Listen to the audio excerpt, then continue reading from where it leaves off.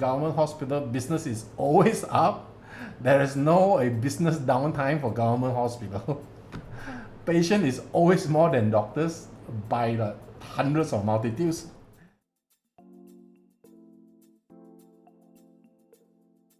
So what are the fundamentals of a government doctor like my wife? My wife has a very stable income. A government doctor has a very stable income. If you don't overspend, if you live a normal life, terrace house, a nice car, nice means like okay car lah, not luxurious, okay? Your income is stable. Basically, you're quite okay. You're under the government protection, meaning a lot of things you don't have to do. You don't have to worry that people sue you or medical. You will worry lah. But there is always an umbrella to protect the government doctors, right? By the governments, right? And also, number 3, special allowances. They get special allowances. Like my wife is Sarawakian, she gets special allowances. That adds up to the income. And they do not have to worry about business ups and downs. It doesn't matter. Government hospital business is always up.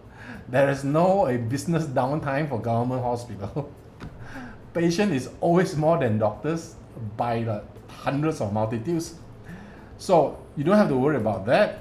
They have a very stable income. The last government servant you're going to sack is doctors. I don't think they're going to sack doctors first. That will be the last one. In fact, there's not enough medical doctors in the government, right? And pensions, either they choose a pension, or very good, or EPF. So some doctors chose pensions where they withdraw 50% of their last pay when they reach, say, the age of 60. Then they go into pension, the government will take care of them for life until they pass away. If their spouse is still around, the pension goes to the spouse, which is very, very good. Unfortunately, my wife didn't choose pension, she chose EPF. She thought she's going to go private, but she didn't, right? But it's okay. EPF is still good, right? So, and all government servants, all medical doctors, their family are medically protected. So basically, if anything happens to their family, they are sick, they're not well, you go to the government hospital, you get good class of service and you get priority. So that is a perk of being a medical doctor in the government settings, right? Now, then when in crisis, the government will support in an extended way. All right? When the person is in crisis, the government will support in an extended way. Let me just explain that. Now, if a government doctor had say a critical illness and he cannot work anymore, the government will actually support his income, put you into early retirement and get you into pension and all that. So that is some very good protection there for government servants, all right? So overall,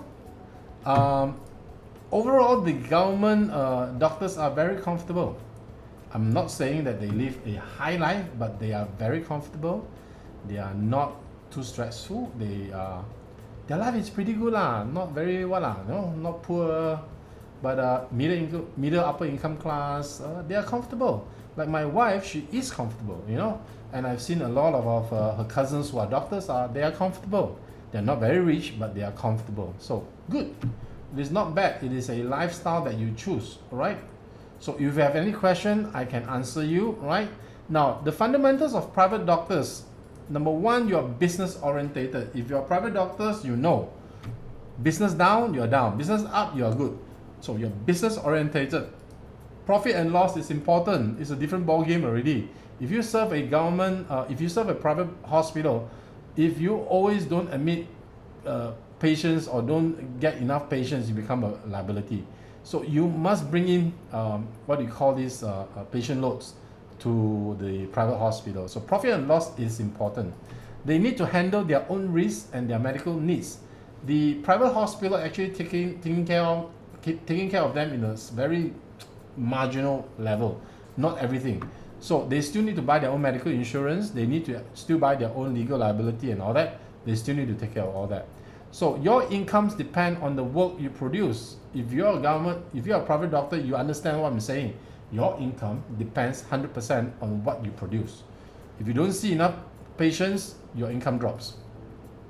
And they are, okay, so how much do they make? They are from high to very high income, okay? And high has a lot of layer of high. When I say high, they are doing very well. So most private doctors, if you look at a GP, most GPs, you know what I'm saying, if you're a GP, most GP makes good income, and most private hospital doctors make very, very good income. So they are in the very high income bracket. Hi, my wife is looking at me, taking pictures. So retirement. What about retirement for private doctors? Either EPF or private or personal investments.